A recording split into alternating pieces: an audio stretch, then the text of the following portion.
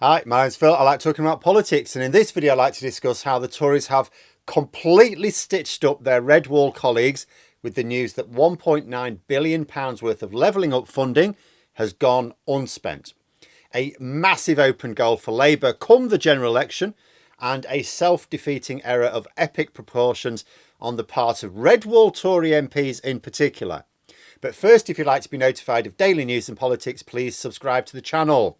So the headline news was that Michael Gove hands £1.9 billion back to the Treasury. The money was supposed to be for tackling the housing crisis, as well as updating existing buildings, safety features, but it didn't get spent. Now, my initial thoughts were that, £1.9 billion, that's interesting. That's actually more than you would need to give teachers an inflation-linked pay award. So presumably the Education Secretary, Gillian Keegan, is going to be given that money to solve the particular dispute. Fat chance, I suspect. But this is a stunningly bad move for red wall Tory MPs. Allow me to explain.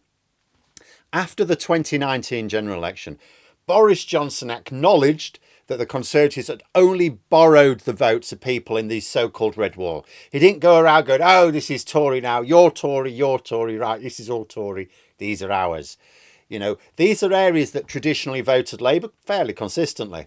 And Johnson said he was aware that in order to win those votes back at the next election, he would have to deliver.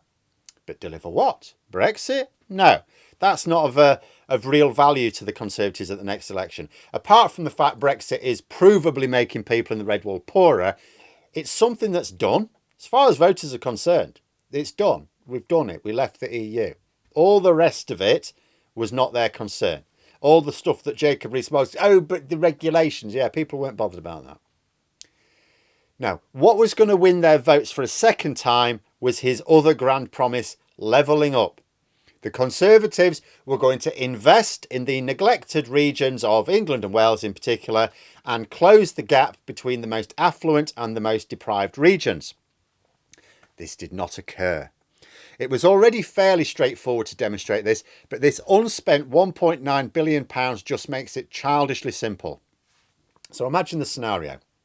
Labour activists are campaigning in one of the red wall towns at the next general election.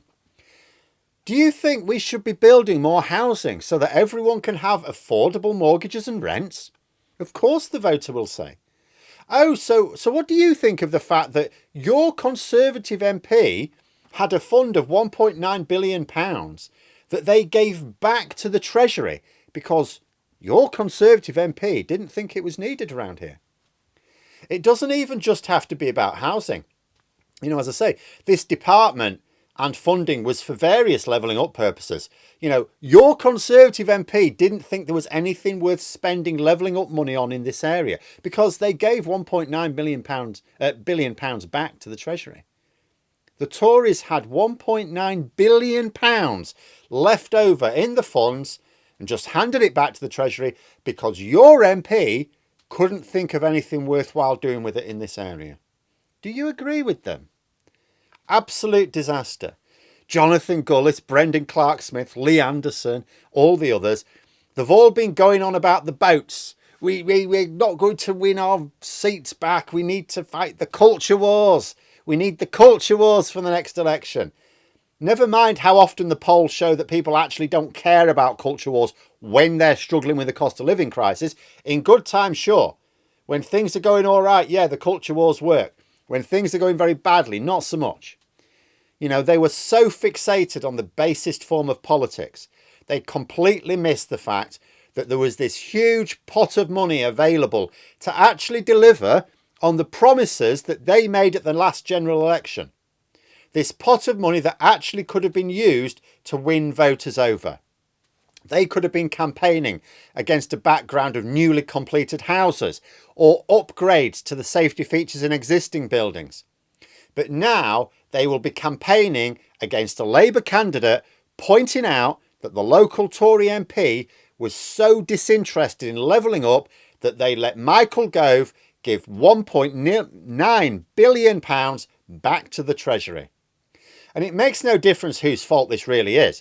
Is it Sunak's fault for dropping housing targets? Is it Michael Gove's fault? Is it the wider Conservative Party's fault for giving in to NIMBYism? Doesn't matter. Locally, if I'm talking to voters whilst out and about campaigning, I will be pointing out that the Conservative MP in that region allowed the Levelling Up Department to send £1.9 billion back to the Treasury because they didn't think there was anything worth spending it on around here. And so should every activist in every currently Tory area where there is an obvious and urgent need for new construction projects. And I wonder if Redwall Tories even realise just how much of a problem this is going to cause them if Labour do jump on it during the campaign. But there we are. Those are my thoughts. Let me know yours in the comments below. I hope you found the video interesting. If you did, please click the like button. And if you'd like to support the channel further, the join button for memberships. And until next time, I'll see you later.